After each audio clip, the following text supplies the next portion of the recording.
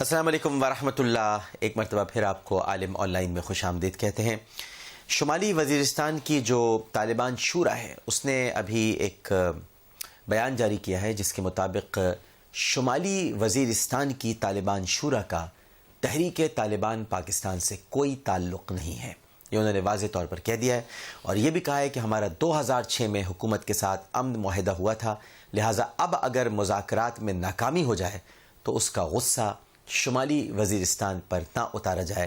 وہاں پر اگر حملے ہوں گے تو یہ امن معاہدے کی خلاف ورزی ہوں گے. یہ بات ہم ابھی قاری خلیل الرحمان جاوید صاحب سے بھی اس موضوع پر گفتگو کریں گے، لیکن ایک دو تین سوال میرے پاس ہیں جو مفتی منیب الرحمان صاحب سے میں نے کرنے. ایک تو پولیو ورکرز سے متعلق، یعنی پولیو مہم جو ہے، یہ مفتی صاحب کیا کہتے ہیں؟ کیونکہ پولیو ورکرز پر حملے ہو رہے ہیں، انہیں قتل کیا جا رہا ہے اور اس پوری مہم کو غیر شرعی قرار دے کر مجبور کیا جا رہا ہے لوگوں کو، ان کو ڈرایا جاتا ہے، بلکہ مجبور کر دیا جاتا ہے کہ وہ اپنے بچوں کو پھر قطرے نہیں پلواتے ہیں. تو مفتی صاحب کیا فرمائیں گے؟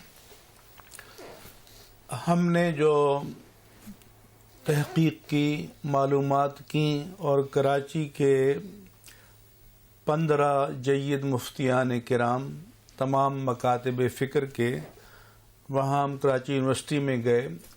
ایک پورا سیشن ہوا جس میں انہوں نے پولیو ویکسین کے بارے میں، اس کے بیک گراؤنڈ کے بارے میں ساری جزیات اور تفصیلات بتائیں. جی. اس کے علاوہ اب سعودی عرب کے اور الازہر کے علماء نے بھی رائے دی ہے. تو میں سمجھتا ہوں کہ انسانی صحت کے تحفظ کے لیے حفاظتی تدبیر کے طور پر پولیو ویکسین کا پلانا، اس میں شرعاً کوئی ممانعت نہیں ہے.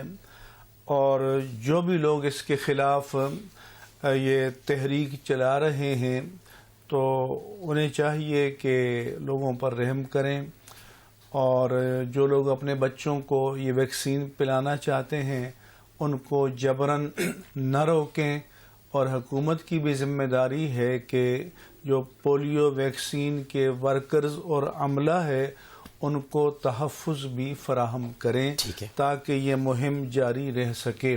لیکن آپ کے پروگرام کے توسط سے میں یہ بات کہنا چاہوں گا، کل بھی مجھے کوٹری سے ایک ای میل آئی کہ جو لوگ اس کے خلاف مہم چلا رہے ہیں یا کراچی کے ایک اخبار میں اس کے بارے میں منفی رپورٹس چھپتی رہی ہیں، تو اس کے بارے میں ایک باقاعدہ پروگرام کر کے اور ان رپورٹس کے بارے میں لوگوں کو آگہی دی جائے کہ آیا وہ صحیح ہیں، وہ غلط ہیں، اگر وہ صحیح ہیں تو ان کے اسباب کیا ہیں.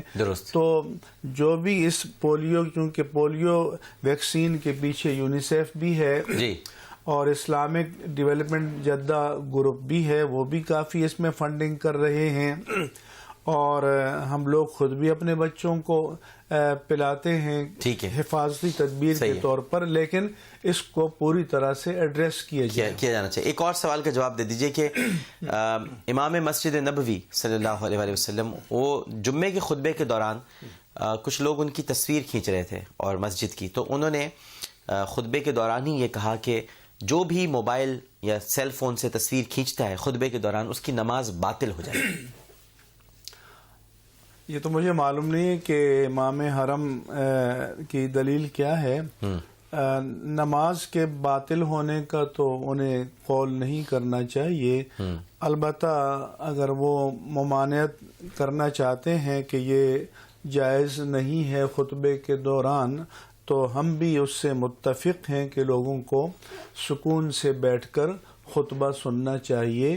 اور حدیث پاک میں ہے کہ جب امام خطبے کے لیے کھڑا ہو جائے تو فلا صلاۃ ولا کلام، اس وقت کوئی اور نماز بھی نہیں پڑھی جائے گی، بات چیت بھی نہیں کی جائے گی. لیکن ویسے اب حرمین طیبین کی جو نمازیں ہیں وہاں کا ٹیلی ویژن لائیو نشر کرتا ہے تو اس میں پوری نماز بھی آتی ہے، خطبہ بھی آتا ہے، قراءت بھی آتی ہے تو وہ کیمرے تو آلریڈی فٹ ہیں جی کہ جن سے تصویریں بنتی بھی ہیں اور پوری دنیا میں نشر ہوتی ہیں. ایک بہت ہی افسوسناک واقعہ اسلام آباد کی عدالت میں پیش آیا ہے. کچہری میں جو F8 میں کچہری ہے وہاں پر فائرنگ ہوئی ہے اور اب تک کی اطلاعات کے مطابق جو کہ جیو نیوز پر آپ سب نے دیکھی 2 افراد جہاں بحق ہو گئے ہیں اور 12 افراد زخمی ہیں. مفتی صاحب واقعہ عجیب سا, اسی پر کوئی آپ تبصرہ فرما دیجئے پھر ہم اجازت لیں گے. اب تبصرہ کیا کریں, افسوس کر سکتے ہیں کہ اگر اسلام آباد کو ہمارے حکمران محفوظ نہیں کر پائے تو باقی ملک کے بارے میں ہم کیا تصور قائم کر سکتے ہیں, جبکہ اتنے عرصے سے وہ سیکیورٹی پالیسیز بھی بن رہی ہیں اور اسلام آباد کے لیے پلانز بھی بن رہے ہیں, لیکن صورتحال یہ ہے کہ عدالتیں تک محفوظ نہیں ہیں. تو عوام الناس جو ہے ان کی حفاظت اور تحفظ کا کیا عالم ہوگا؟ ڈاکٹر صاحب یہ بھی تو ایک سیکورٹی اداروں کے اوپر یہ بات آتی ہے کہ وہ لوگ اتنا سارا اسلحہ لے کر اندر آئے کیسے, تو وہ کیا کرتے ہیں, ان کی کیا ڈیوٹی ہے, کیا ذمہ داری ہے, کہ یہ کوئی سوئی تو ہے نہیں کہ جیب میں ڈال کے آئے گا اور کسی کو پتہ ہی نہیں چلا, نہ اسکین ہو سکی, نہ وہ ویسے دیکھ سکے, نہ کوئی چیز.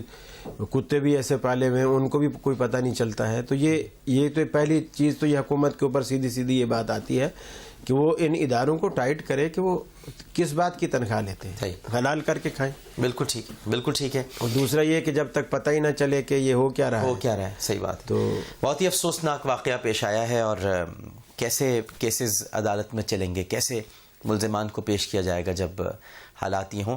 لیکن اس میں ظاہر ہے کہ پولیس اپنی بھرپور ذمہ داریاں ادا کر رہی ہے اور وہاں پر جو پولیس کو کارروائی کرنی چاہیے وہ کارروائی کر رہی ہے. یہ اچانک پیش آیا ہے, یہ کسی کے بھی علم میں نہیں ہو سکتا, تو ہم مورد الزام پولیس کو نہیں ٹھہرا سکتے یا انتظامیہ کو ہم الزام نہیں دے سکتے. اب دیکھنا یہ ہے کہ یہ واقعہ کیوں پیش آیا. بہرحال 2 افراد جہاں بحق ہو چکے ہیں, 12 افراد زخمی ہیں. عالم آن لائن سے عامر لیاقت حسین کو اجازت دیجیے. اللہم صلی علی سیدنا و مولانا محمد وعلی آلہ وصحبہ وبارک وسلم وصلی علیہ. پروگرام پیش کرتے ہوئے کوئی غلطی کو سہف تو اپنے رب کے حضور معافی کا خواستگار اور توبہ کے طلبگار ہوں, اس اپنے پن کے ساتھ کہ اپنا بہت خیال رکھیے گا. اللہ حافظ.